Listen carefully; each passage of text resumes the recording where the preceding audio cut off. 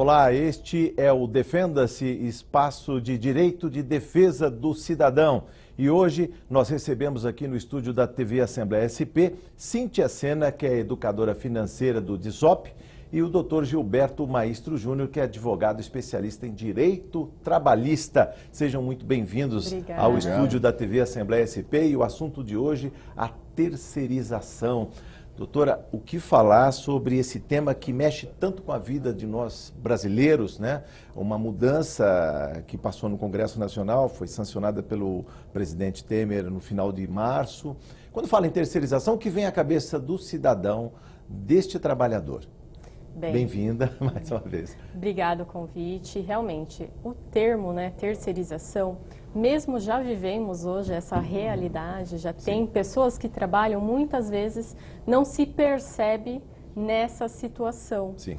O que pode acontecer com essas mudanças é uma expansão dessa situação e as pessoas que estão hoje empregadas aí no regime CLT começar a ter que se remodelar, principalmente financeiramente, começar a ter um controle. Repensar a vida, doutora, de alguma maneira? Sim. Ou o seu tempo, a sua disponibilidade, o seu labor?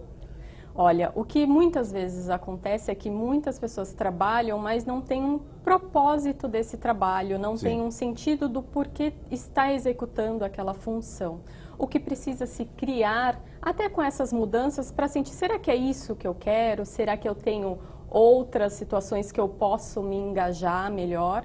E se colocar qual a situação que eu quero, para que as coisas também, mesmo terceirizado, quarteirizado, o que pode acontecer, eu saber me posicionar. Sim. Doutora Cíntia, antes de mais nada, é bom explicar. Eu falei DISOP, mas eu tenho que explicar que DISOP quer dizer diagnosticar, sonhar, orçar e poupar. Para uma educadora financeira, depois a gente vai falar ao longo deste programa Defenda-se, o significado disso para o trabalhador. Dessas letrinhas mágicas, né? Diagnosticar, sonhar, orçar e poupar. Eu vou conversar com o Dr. Gilberto. Dr. Gilberto Carlos Maistro Júnior é advogado, mestre, doutorando em Direito, professor titular de Direito da Faculdade de Direito de Sorocaba e também da Faculdade de Direito de São Bernardo do Campo, professor de Direito Trabalhista. O que falar de terceirização? O que é São Bernardo do Campo? Berço do sindicalismo brasileiro, a gente pode falar assim. Isso, de alguma maneira, está mexendo com a cabeça do trabalhador, doutor? E o que mudou com a terceirização? Para muita gente não mudou nada. Continua empregado, está lá, carteira assinada, seletista. E aí? Sem dúvida, muda. Por um motivo claríssimo. Antes de mais nada, também agradecendo pelo convite. É uma honra estar com você, com os nossos telespectadores da TV Assembleia. Muda por um motivo simples. A terceirização, por uma lógica matemática, ela é uma realidade precarizante, Jorge. E por que eu digo que ela é uma realidade precarizante? É precarizante porque mais de 90% dos empregadores que optam pela terceirização, ao invés de buscarem aquilo para que foi criado o Instituto, a ideia de terceirização, que é você contratar empresas especializadas naquilo que você não é especializado. Então, por exemplo, eu tenho uma indústria X e eu não tenho nenhum tipo de expertise em cozinha, em segurança, em vigilância. Então, eu terceirizo esses setores que não tem nada a ver com a minha atividade principal, me dedico a ela, tenho melhores resultados com isso e especialistas pagos por mim cuidam dessa parte. Muito bem, mais de 90% dos empregadores não se preocupam com isso.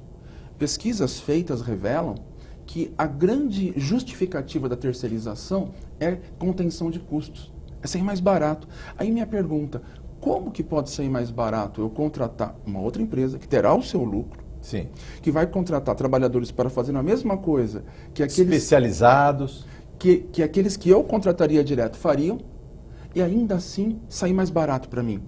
Onde está a mágica? A mágica está na precarização. Por quê?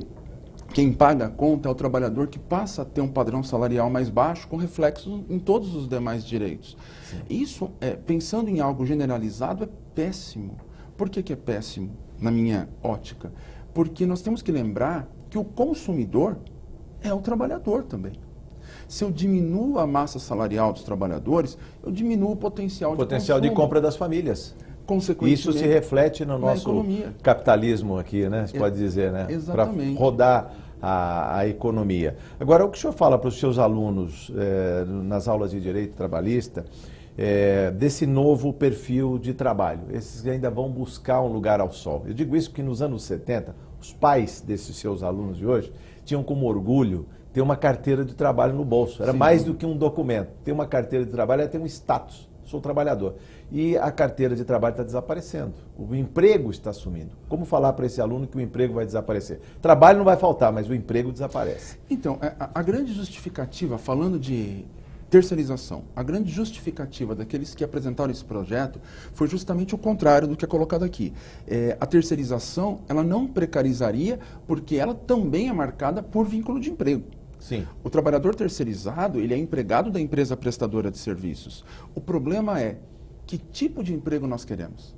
Um emprego que naturalmente, por essa lógica matemática, é precarizante? Sim. É isso que nós queremos no Brasil? Vou perguntar para a doutora Cíntia, que tipo de emprego nós queremos? Falávamos isso antes da gravação do programa, ou seja, das pessoas que não têm vínculo com o produto ou com o serviço vendido. Eu pego um call center, por exemplo.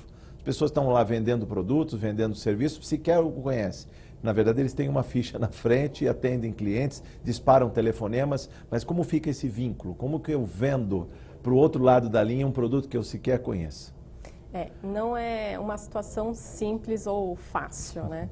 É preciso ter não só um treinamento ali do que ele vai executar, sim, mas todo esse conhecimento de como a empresa funciona, qual que é o que ela quer entregar, qual que é o produto final, sim, faz diferença na qualidade que o serviço é prestado.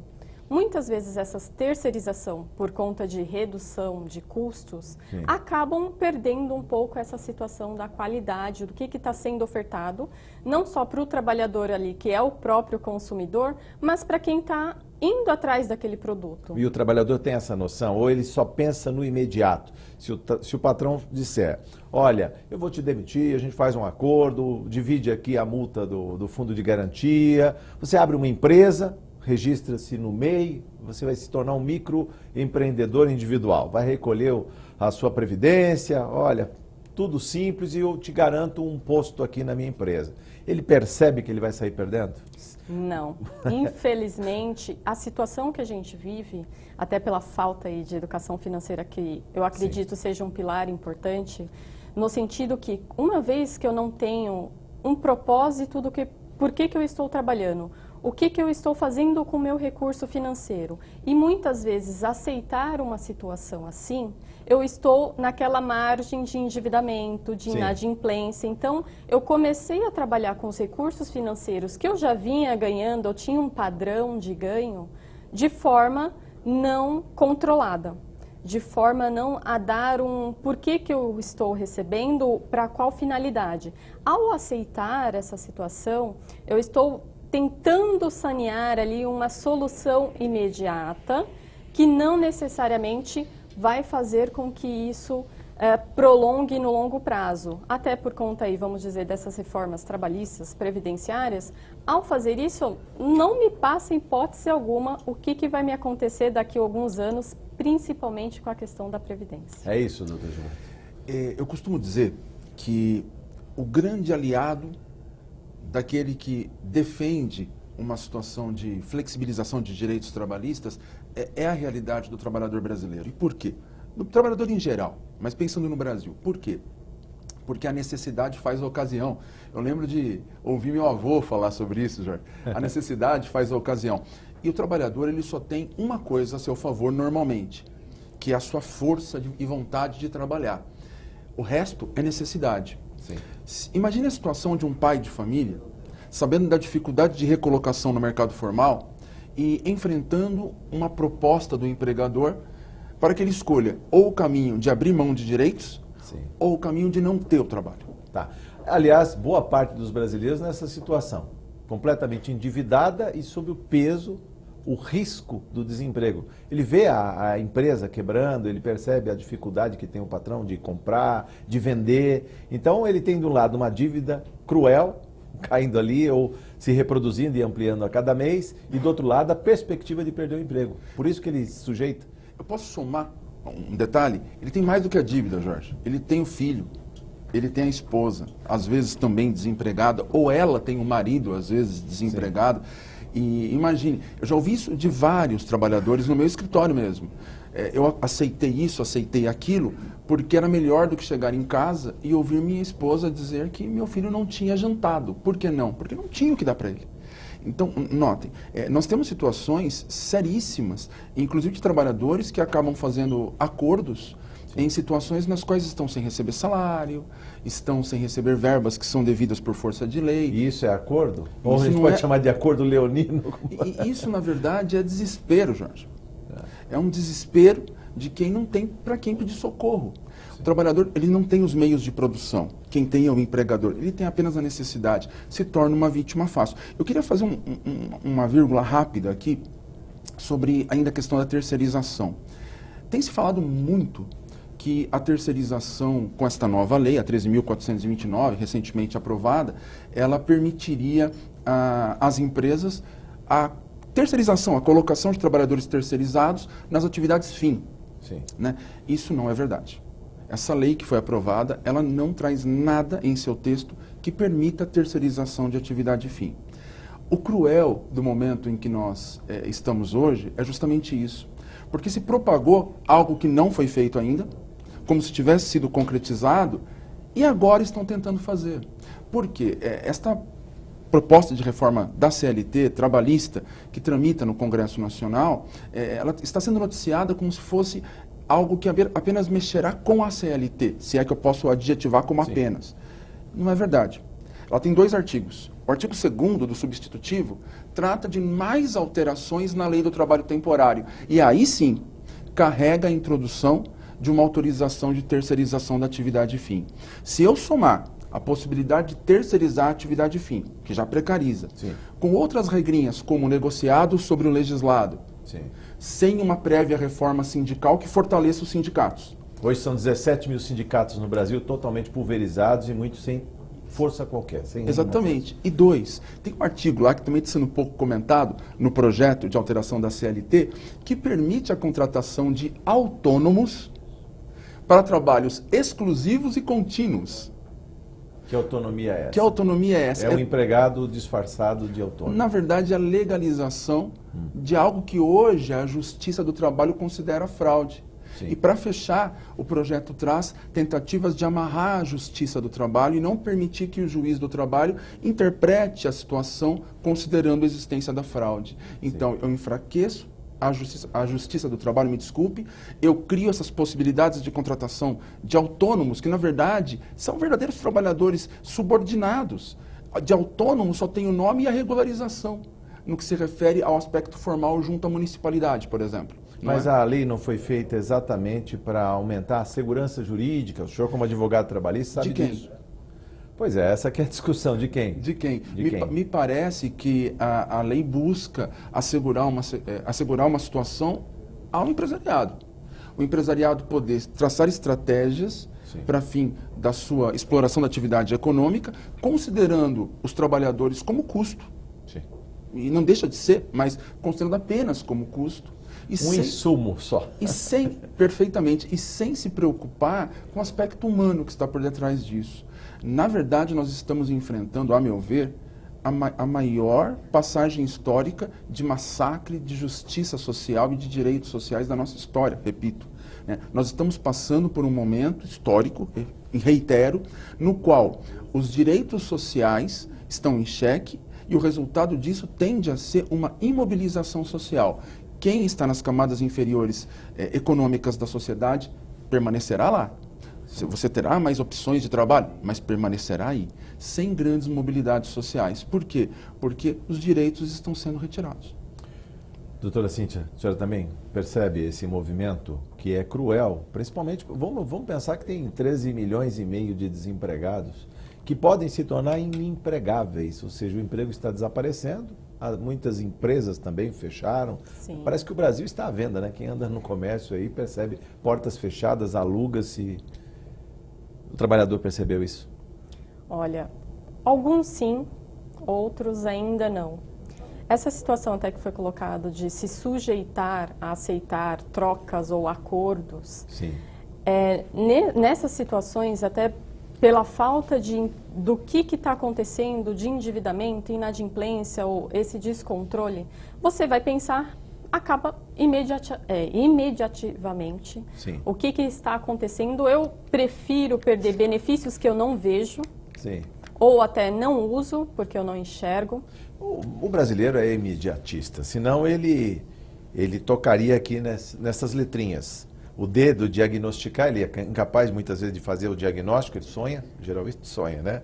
Orçar, fazer orçamentos, realmente ter um caderninho e anotar tudo que gasta e as receitas que entram e poupar. Parece que o nosso tempo é o tempo do consumo ou do consumismo, as pessoas não fazem poupança e alegam que estão endividadas. Não tem como fazer poupança porque tem que estar pagando juros no banco. Essa situação, o que a gente vem acompanhando, até pelas mudanças que o país acabou tendo, teve muitas coisas em pouco tempo, não se criou o hábito ou não foi ensinado por que ou para que poupar. Foi já ensinado, você cresceu, você tem que trabalhar para ganhar seu dinheiro, se sustentar. Mas não foi colocado por que dessa ação.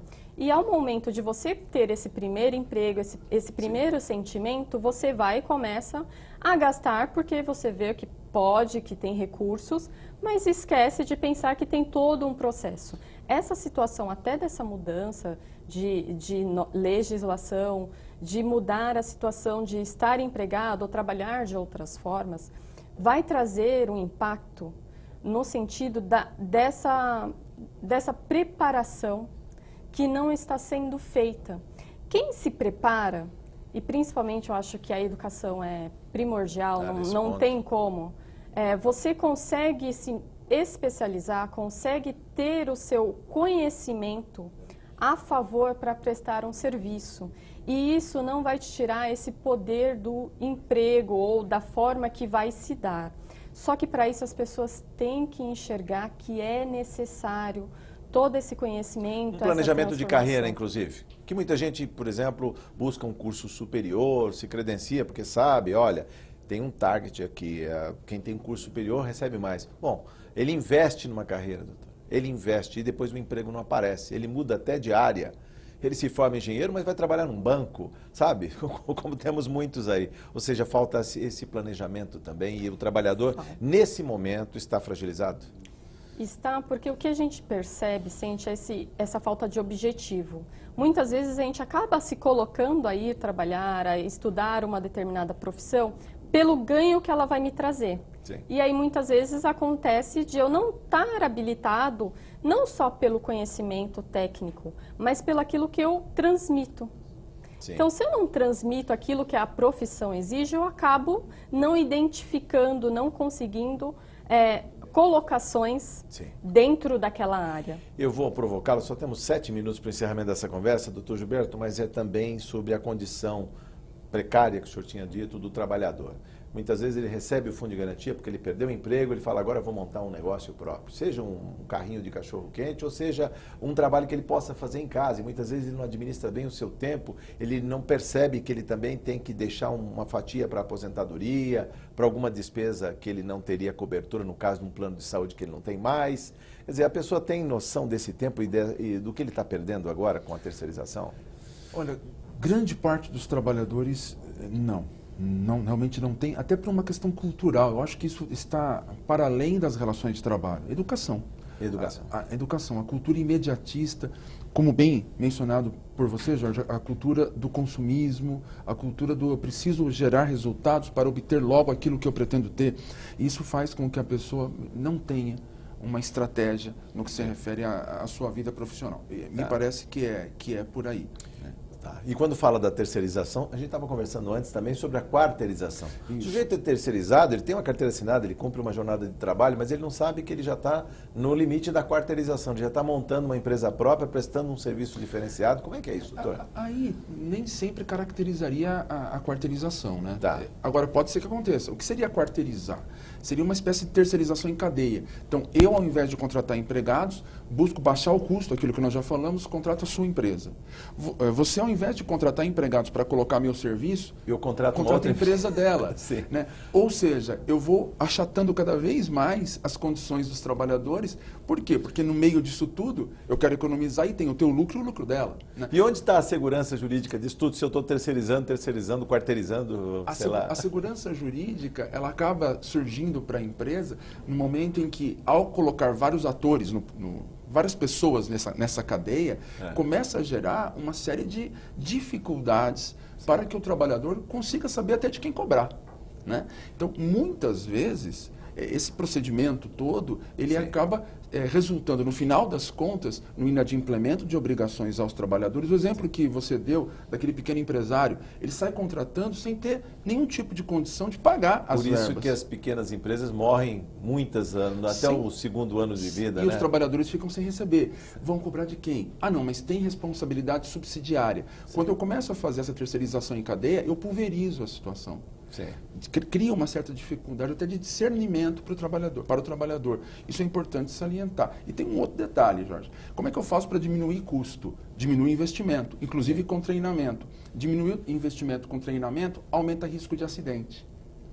Não é? Pois é, eu exponho mais esse trabalhador. Expõe mais o trabalhador. Ele sofre acidente. O que o projeto de reforma trabalhista traz? Traz para nós o seguinte: limitação do valor das indenizações por danos causados por acidentes do trabalho. Então, eu de um lado crio uma situação que vai aumentar o número de acidentes e do outro limito o valor das indenizações. Resumindo, para quem traz segurança? Traz segurança para o empreendedor. Não estou dizendo que o projeto é de todo ruim, não é. Mas tem essas, vamos colocar, características que, no geral, demonstram que o trabalhador vai sofrer uma precarização muito grande. Doutora Cíntia, só temos 3 minutos para encerrar, 1 minuto e meio para cada um, democraticamente aqui, o que faltou dizer, o alerta que fica, principalmente para esse trabalhador que está aí no limite e cheio de preocupação. Olha, o alerta, né, o convite é repensar, olhar, aproveita que ainda está nesse iniciar de mudanças que a gente não sabe quando que vamos começar a perceber essa realidade. Então, se você está empregado ou até desempregado, que muitos brasileiros estão, olhar a situação, quais são os seus propósitos, o que você quer, começar a buscar opções, saídas, e até aquele que tem recursos, começar a diminuir um pouco o padrão de vida, começa a reter, começa a criar o hábito de poupar, para você se precaver, se manter estável em qualquer situação que possa acontecer. Muito obrigado. Doutor Gilberto, o que faltou dizer? Eu gostaria de deixar, Jorge, uma mensagem para os trabalhadores. Em que sentido? Nós estamos numa época em que ataques são feitos à justiça do trabalho. Não. É só pela oportunidade. O próprio presidente da Câmara, Rodrigo Maia, falou deveria deixar de existir. Deixar de existir, era tudo justiça comum, quer dizer, um duro golpe na justiça do trabalho. O senhor que está ali como operador do direito, na linha de frente, também não pode se rotular a justiça do trabalho como a justiça do desempregado. De forma alguma. A justiça do trabalho, quando decide da forma como estão dizendo, que gera injustiças, que gera insegurança, na verdade, nada mais está fazendo do que aplicar a lei protetiva. Por que a lei trabalhista é protetiva? Porque o trabalhador não está em igualdade de condições com o seu empregador no contrato de trabalho. Como já salientado, o trabalhador é aquele que tem necessidade. Então, note-se, não se pode admitir esse ataque que está sendo feito à justiça do trabalho, a busca de enfraquecimento, de desacreditar perante a sociedade um órgão jurisdicional, ou melhor dizendo, uma justiça, ok, que traz para os trabalhadores a certeza de que será, sim, aplicada aquela regra protetiva. Primeiro ponto é esse. Segundo ponto, conheça os seus direitos, vá atrás de descobrir o que quer ser trazido para nós nesse conjunto de propostas de reformas trabalhistas e aquilo que você tem hoje. Conheça, procure entender a sua situação e o que se pretende apresentar. Forme a sua opinião sobre isso. Eu tenho certeza que no final você perceberá que nós estamos numa fase em que é muito importante que haja uma formação de opinião da sociedade no sentido que nós queremos fazer o nosso Brasil caminhar. Em que sentido nós queremos o Brasil? Um Brasil caminhando com precarização de direitos trabalhistas em prol do mercado ou um Brasil justo, em que haja mercado, haja condições de empreender, mas com respeito à condição humana do trabalhador. Então, é essa a minha mensagem final, Jorge. Acho que resume o meu pensamento sobre o que está acontecendo. Muito obrigado. Voltaremos ao tema, doutor Gilberto Maestro Júnior. Muito obrigado por seus esclarecimentos. Doutora Cíntia Sena, muito obrigado. Volte outras vezes. Sempre bem-vinda aqui no estúdio da TV Assembleia SP. Muito obrigado por sua audiência. Até o próximo Defenda-se. Eu espero você.